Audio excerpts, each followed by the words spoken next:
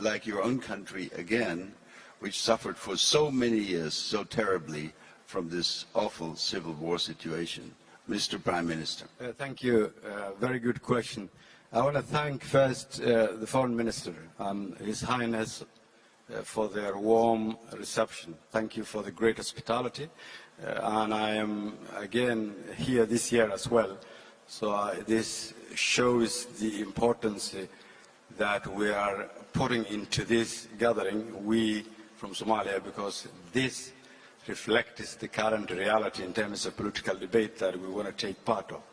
Let me start first, before I answer your question, by saying in terms of an interconnected world, Somalia may be best represents the easiest example. We are the gateway between Africa and Middle East.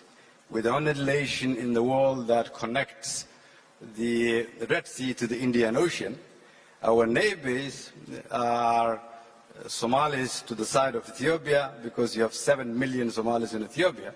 Djibouti, they are most of them Somalians, and then you have 4 to 5 million Somalis maybe in Kenya.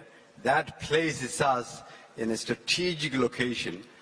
On top of that, people see Somalia as a war-torn nation, but in terms of a potentiality from resources and economic potentiality, on agriculture, on fisheries, on geographical location in terms of strategic location, on potential oil and gas and minerals and what have you, and our people who are now living globally, gives and puts Somalia in a strategic location in that aspect. Now, in order for us to maintain the progress we've made so far, we cannot do that unless we work with our neighbors, either they are in Ethiopia or in Kenya or in Djibouti, because our progress is interlinked with their progress. Now, how do we intend to carry that forward? Let's take, for example, the traditional relationship we've had with Ethiopia and the relationship we now have with Ethiopia. Our thinking is as follows. There are 7 million Somalis, originally Somalis, who live in Ethiopia, who are Somali Ethiopians. And if we don't have good relationship with Ethiopia, it actually in reality means not having good relationship with Somalis. Second, they represent the biggest market we have as a potential business partner in the future, being 100 million people. Three, the only way we can have border security is if we have a strong relationship with Ethiopia. Look at the case of Kenya. Our business is 100% interlinked with Kenya. Our economic growth, economic development, and sustainability in terms of security. Now, investing in Somalia means in reality investing in the region. Bringing about stability in Somalia means bringing about stability in the region. How do we prevent crises like the ones that we've had in Somalia for the past 20 or 30 years? It again comes back to the reality of how do we invest as global leaders. Somalia today stands in a position where we've made progress on political formation, on economic growth, on security. But the issue is that the world has been focusing on terrorism and how to fight terrorism in nations like Somalia.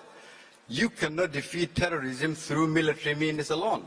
You defeat them through investing in political processes, through creating jobs, through fighting corruption, through inclusive politics where women, youth, vulnerable groups are empowered, through putting systems where people's hope and aspirations are seen through systems that they can recognize. How does, therefore, the world we live in today reflect the current realities? And why are we seeing new alliances made that are being made? The first, I think, question we need to look into, how can we address the growing unilateralism and protectionism policies that are being formed globally? How do we address the question of competition that is becoming what is replacing cooperation. How do we again find a solution to the real reality of that? Is today's multilateral institutions, either being the UN Security Council, do they reflect the current world structure? Are they able to cater for the challenges we're facing? These are questions that we will need to answer. And how do we relate to organizations like the African Union that are becoming increasingly important, and how do we put emphasis into that? Finally, the biggest challenge that we see now from our end is that how do we change old narrative? People have this view, for example, of Somalia, of being a nation of piracy and terrorism, with leaders who are not able to lead their people. Things have changed, and our number one priority, therefore, is how do we make the world understand they shouldn't see Somalia for what it has been or what it is, but what it can be in the future, so that we can contribute to the world. Thank you very much. Great. Wonderful. Thank you. Thank you. As I've said earlier, new alliances are happening as a result of either conflict or seeking economic influence or engaging in competition. That said, therefore, it is very apparent now that any conflict that takes one part of the world has a direct impact on other parts of the world.